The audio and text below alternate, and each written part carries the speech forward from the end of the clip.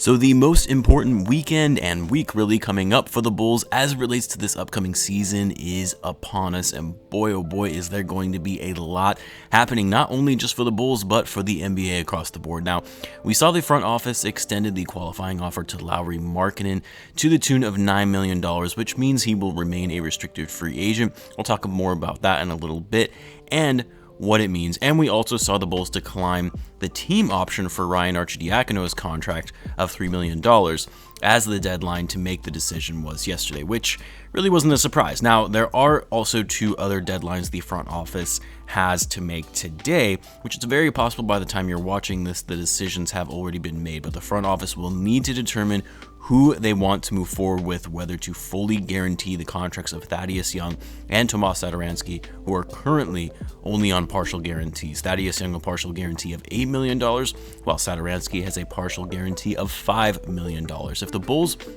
were to waive Thaddeus Young and Satoransky, they would free up around $11 million in cap space. And of course, if they were to trade them, they would free their full salaries of $24 million. I'll discuss more on that in a little bit as well. But more importantly, there have been a lot of rumors coming in, which there are always a lot of rumors this time of year. Some are credible, some not so much, but we'll talk about these rumors and try to sift out whether or not there's any legitimacy to these.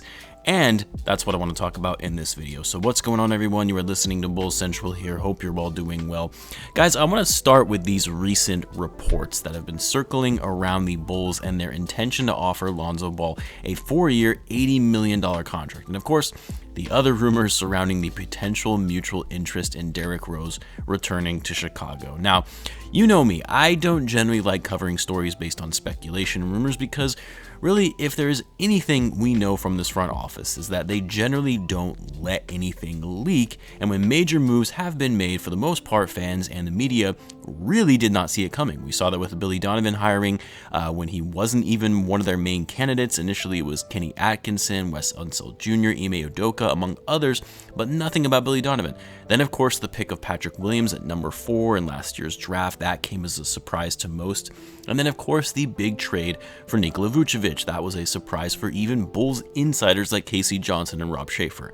Now, I always bear that in mind, and that, I generally don't believe anything until I see it, especially with this front office. However, the recent reports around Lonzo Ball, these are picking up more and more traction, and from more credible sources, as evidenced from this tweet from Mark Shonowski, which the report itself actually came from Chris Haynes, a very well-known reporter and writer, in which he claims that unless there is a major hiccup, sources tell him Lonzo Ball intends to work out a contract with the Bulls, and that the Pelicans, all that cap space that they were creating from the trade last week, well, they're actually going to go hard at Kyle Lowry, which of course would mean the end for Lonzo in his time in New Orleans. Now, the report did also say that the Bulls were aiming to offer a 4-year, $80 million contract, which again, I always find these kind of reports funny because technically players and teams are not allowed to discuss, negotiate, or work on contracts until free agency opens, which is on Monday at 6 p.m. Eastern time. Until then, they are actually not allowed to talk to each other. But of course, every season in the NBA, the second free agency opens, you always see Shams and Woj reporting that X players agreed to X deal with X team.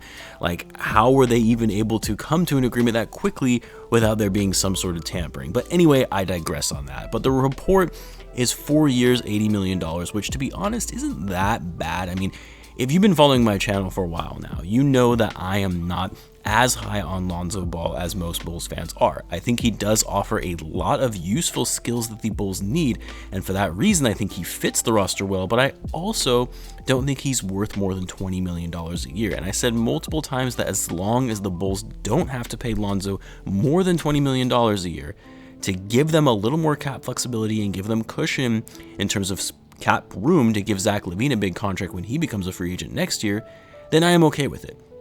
I would much prefer to give Lonzo a contract somewhere in the range of $16 to $18 million because I think, there are still a lot of uncertainties around his potential and whether or not he could truly make this team that much better that it would warrant that kind of payday.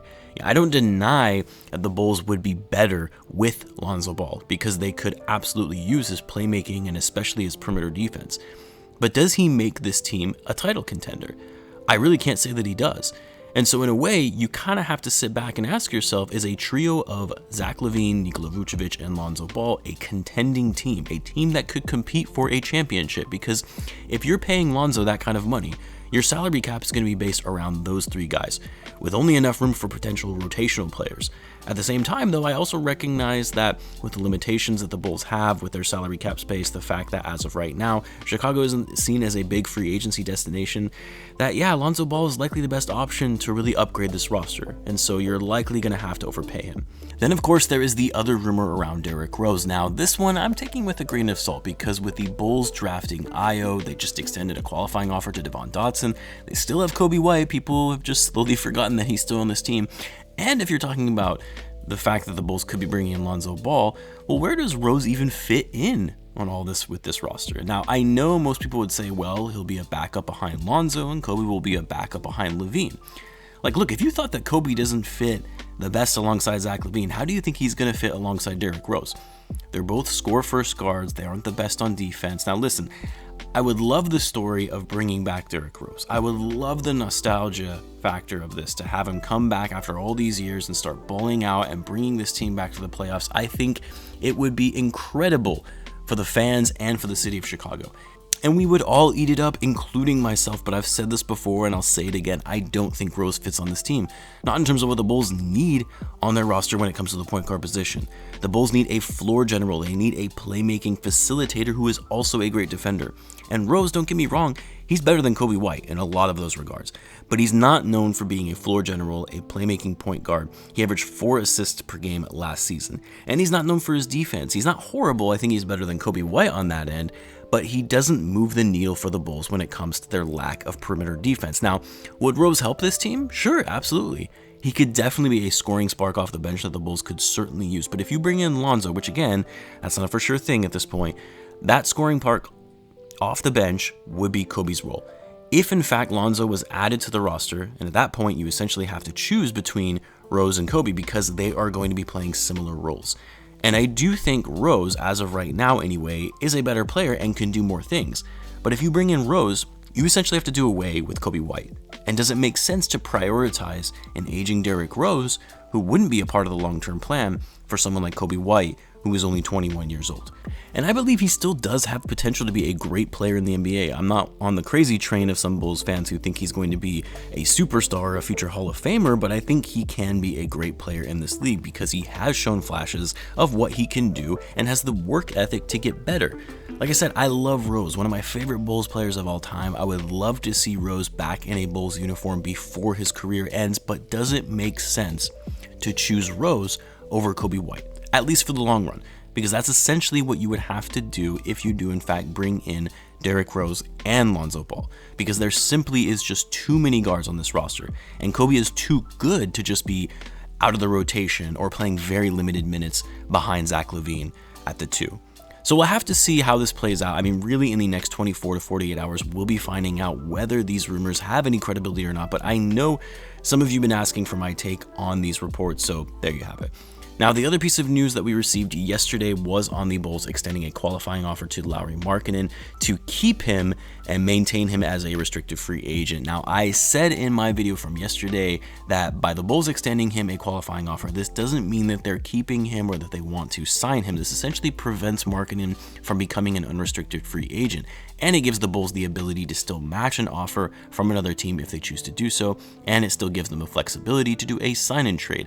Now, is it possible that Lauri might not have any interest from other teams and doesn't receive a single offer? Well, then technically, yeah, he would have to sign the qualifying offer of $9 million to remain with the Chicago Bulls, but I am almost certain he'll get offers from some other teams for more than that amount. And hopefully, really hopefully, if it ends up being too much where it doesn't make sense for the Bulls to match, they can work out some sort of sign-in trade with the team making said offer. But of course, we'll find out more on that once free agency begins. Then finally, as I mentioned at the top of the video, today is the deadline for the Bulls to decide on the partial guarantees for Tomas Satoransky and Thaddeus Young. Again, it's possible that it's been determined by the time that you're watching this video, but these decisions also play a big impact on how the Bulls will approach their free agency as it relates to their cap space that they'll be at least having available anyway, depending on what they choose.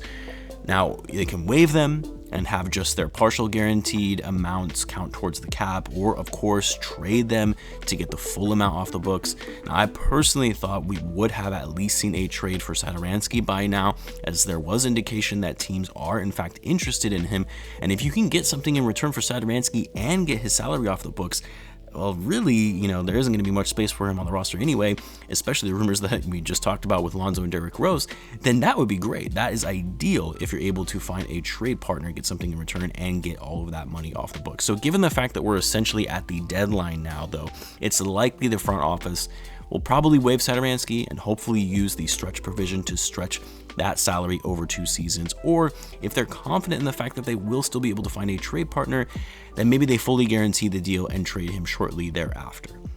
And really the same goes for Thaddeus Young in that regard, although I'm actually really hoping that the Bulls hold on to Thaddeus. I think his versatility, his leadership, and IQ on the court will be needed for a young team, and they'll absolutely need his defense as well. But either way, we'll be finding out shortly what the direction is for both Thaddeus Young and Satoransky, and of course, we'll know more starting tomorrow night when free agency begins. It's definitely going to be an exciting time, an exciting thing to see how things unfold, and I'll of course be keeping you guys posted on all of it. Let me know what you guys feel about these recent rumors and reports of there being mutual interest in the Bulls and Lonzo Ball along with Derrick Rose. Let me know in the comments, and as always, be sure to subscribe if you're a Bulls fan, as I do post daily Bulls content. Thanks again for tuning in, guys, and I will catch you in the next one.